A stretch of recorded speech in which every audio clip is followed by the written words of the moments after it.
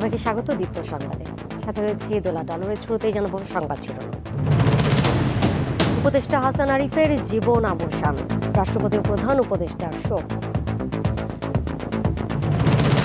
কেরানীগঞ্জ রূপালী ব্যাংকে ডাকাতির প্রস্তুতি নেওয়া হয় 1 মাস আগে। কিডনির যে বিষয়টা এখন পর্যন্ত সেটা সত্যতা এখনো পর্যন্ত পাওয়া যায় না, বাট আইফোনের বিষয়টা সত্যতা পাওয়া গেছে। টি-20তে ওয়েস্ট ইন্ডিজকে প্রথমবার হোয়াইট ওয়াশ করল বাংলাদেশ।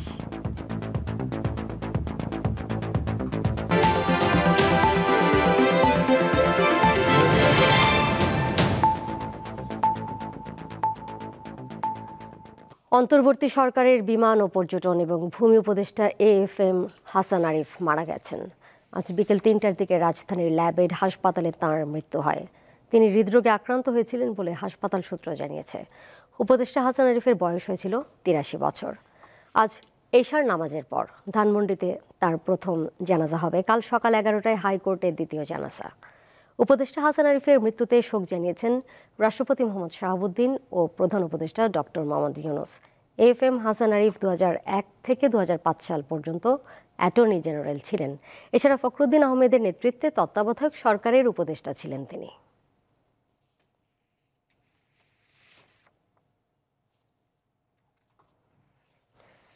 রাজধানীর ল্যাবেড হাসপাতালে এই মুহূর্তে রয়েছেন সহকর্মী জহিরুল মোহসেন। তিনি যুক্ত হয়েছেন আমাদের সাথে। মোহসেন, উপদেষ্টা হাসান আরিফের মরদেহ হাসপাতাল থেকে কোথায় নেওয়া হবে জানাবেন। পরিবার এবং বিশিষ্টজনদের মধ্যে এই মুহূর্তে হাসপাতালে কারা রয়েছেন, প্রতিক্রিয়ায় তারা কি জানিয়েছেন?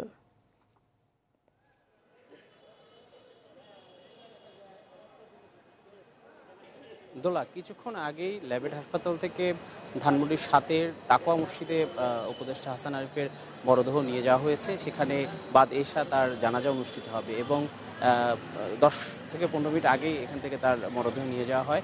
এর আগে এখানে আমরা দেখেছি যে উনি যখন বিকেলে উনি শেষ নিঃশ্বাস ত্যাগ করেন, এরপর থেকেই এখানে তাকে দেখতে অনেক মানুষ এসেছেন। তার মৃত্যুর খবর শোনার পরেই আসলে প্রধান উপদেষ্টা এসেছেন এবং আমরা দেখেছি আইন উপদেষ্টা এসেছেন, জামায়াতের আমির এসেছেন, বিএনপির মহাসচিব মির্জা ফখরুল ইসলাম আলমগীরও এসেছেন।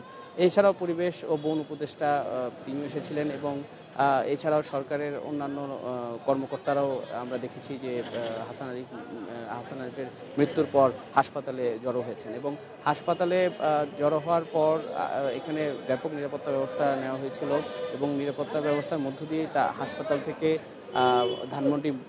ধানমন্ডির সাথে তাকওয়া মসজিদে তার মরদেহ নিয়ে যাওয়া হয়। আগামীকাল হাইকোর্ট প্রাঙ্গণে তার দ্বিতীয় জানাজা অনুষ্ঠিত হবে। এরপর তার উপদেষ্টা হাসান আরিফের মেয়ে কানাডায় থাকেন, সেখান থেকে তিনি দেশে ফিরলে তারপরে আসলে তার দাফনের বিষয়ে সিদ্ধান্ত নেওয়া হবে বলে জানানো হয়েছে এবং তার দুপুরের পর আসলে তিনি অসুস্থ হয়ে পড়লে বিকেল 3টায় হাসপাতালে তিনি 3:10-এর দিকে তাকে চিকিৎসকরা তার শেষ নিঃশ্বাস ত্যাগ করেছেন বলে জানান। এরপর থেকেই আসলে হাসপাতালে সরকারের ঊর্ধ্বতন কর্মকর্তারা ছুটে আসতে থাকেন এবং প্রধান উপদেষ্টা সহ বেশ কয়েকজন উপদেষ্টা তাকে শেষবারের মতো দেখতে হাসপাতালে ছুটে আসেন এবং হাসপাতালে ছুটে আসার পর সবাই আসলে একই কথা বলছেন যে উপদেষ্টা হাসান আরিফ তিনি খুবই ভালো একজন মানুষ ছিলেন। তার কর্মজীবনে বর্ণাঢ্য ক্যারিয়ার, সেই ক্যারিয়ারে তার বর্ণাঢ্য ক্যারিয়ারে আসলে তিনি অনেক সফলতার সাথে কাজ করেছেন এবং তিনি গতবারে ফখরুদ্দিনের সময়ে তত্ত্বাবধায়ক সরকারের উপদেষ্টা ছিলেন। এবার অন্তর্বর্তী সরকারের ভূমি এবং বেসরকারি বিমান পরিবহন ও পর্যটন মন্ত্রণালয়ের দায়িত্ব পালন করছিলেন। দোলা, সরাসরি যুক্ত ছিলেন সহকর্মী জহিরুল মোহসেন। পরের প্রসঙ্গে যাচ্ছি। ঢাকার কেরানীগঞ্জে রূপালী ব্যাংকে ডাকাতির লক্ষ্যে প্রায় 1 মাস আগে থেকেই প্রস্তুতি নেয় গ্রেপ্তার হওয়া 3 জন। তারা ব্যাংকের শাখাটি আগে থেকে রেকি করে বলে জানায় পুলিশ। সিনেমা স্টাইলে দিনে দুপুরে ডাকাতির পরিসমাপ্তি হয় আত্মসমর্পণের মধ্য দিয়ে।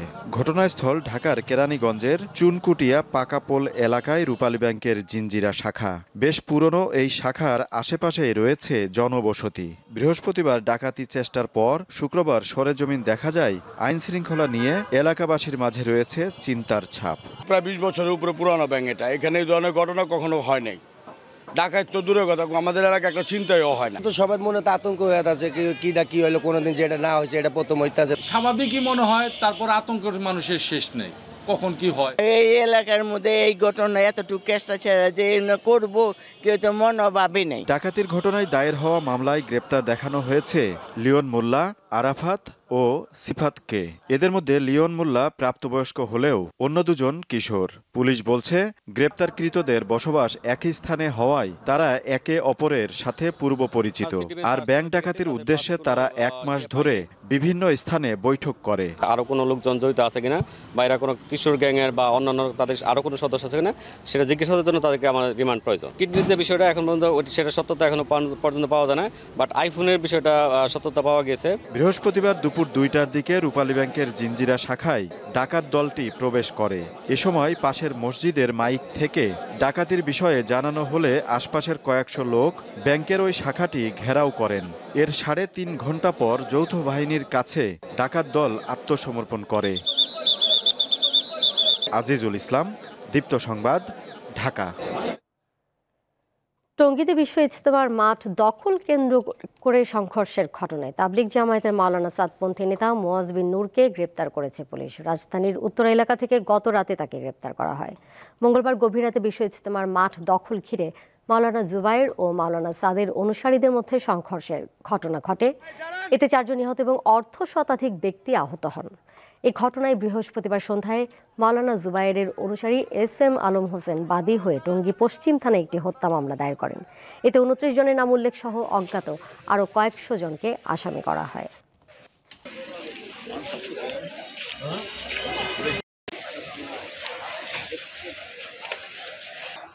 বাংলাদেশ থেকে বিপুল অর্থ পাচারে অভিযুক্ত PK হালদার সহ 3 জনকে জামিন দিয়েছে ভারতের একটি আদালত। শুক্রবার কলকাতার ব্যাংকশাল কোর্টের অন্তর্গত নগর দায়রা আদালত তাদের জামিন মঞ্জুর করে। জামিন পাওয়া অন্যরা হলেন স্বপন কুমার মিস্ত্রি ও উত্তম কুমার মিস্ত্রি। তাদের প্রত্যেককে 10 লাখ রুপির বিনিময়ে জামিন দেওয়া হয়। একই সঙ্গে রাজ্য ত্যাগে নিষেধাজ্ঞা এবং মামলা চলাকালীন আদালতে হাজিরা দেওয়ার শর্ত দেওয়া হয়েছে। এর আগে 27 নভেম্বর জামিন পেয়েছিলেন PK হালদারের ভাই প্রাণেশ হালদার, আমিনা সুলতান ওরফে শর্মী হালদার ও ইমন হোসেন। 2022 সালের 14 মে পশ্চিমবঙ্গের উত্তর 24 পরগনা থেকে PK হালদার ও তার সহযোগীদের গ্রেপ্তার করে এনফোর্সমেন্ট ডিরেক্টরেট ED।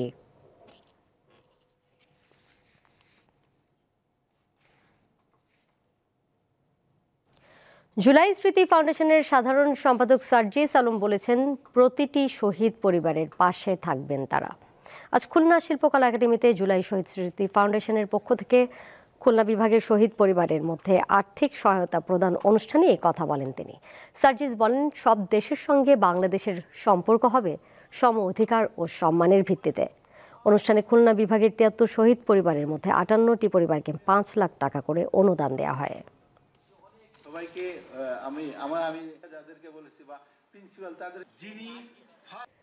আন্তর্জাতিক প্রসঙ্গ। গাজা ও পশ্চিম তীর, লেবানন এবং সিরিয়ার পর এবার মধ্যপ্রাচ্যের আরেক দেশ ইয়েমেনে বড় ধরনের হামলা চালিয়েছে ইসরায়েল। এতে কমপক্ষে 9 জন নিহত হয়েছে বলে ইয়েমেনের সংবাদ মাধ্যমগুলো জানিয়েছে। জবাবে ইসরায়েলের ক্ষেপণাস্ত্র হামলা চালানোর দাবি করেছে হুতি। স্থানীয় সময় বৃহস্পতিবার ভোরের দিকে ইয়েমেনের সামরিক স্থাপনায় হামলা চালানোর কথা জানায় ইসরায়েলি সামরিক বাহিনী। এর মধ্যে রাজধানী সানা, বন্দর ও জ্বালানি অবকাঠামো রয়েছে। হুতি মুখপাত্র ইয়াহিয়া সারির দাবি, তেল আবিবের কাছে জাফা এলাকায় 2টি সুনির্দিষ্ট স্পর্শকাতর সামরিক লক্ষ্যবস্তুতে হাইপারসনিক ক্ষেপণাস্ত্র ব্যবহার করে হামলা চালানো হয়েছে।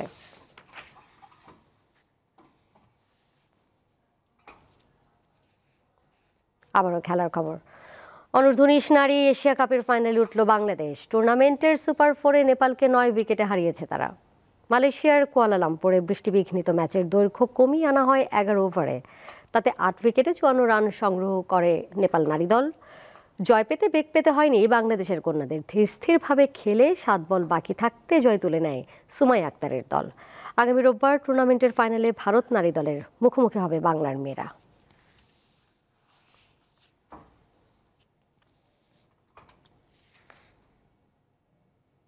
সংবাদ শেষ করব, যে আবার আগে সংবাদ শিরোনামগুলো জানিয়ে দেব আরও একবার।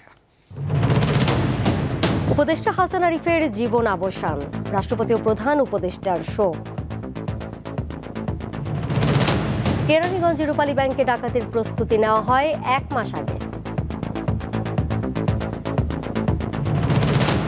টি-20তে ওয়েস্ট ইন্ডিজকে প্রথমবার হোয়াইট ওয়াশ করল বাংলাদেশ।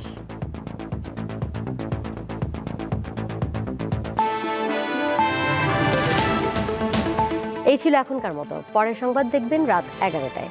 এছাড়া আরও তথ্য এবং বিনোদনের নানা খবরাখবর জানতে যুক্ত থাকুন দীপ্তর ডিজিটাল প্ল্যাটফর্মে। সবাইকে ধন্যবাদ।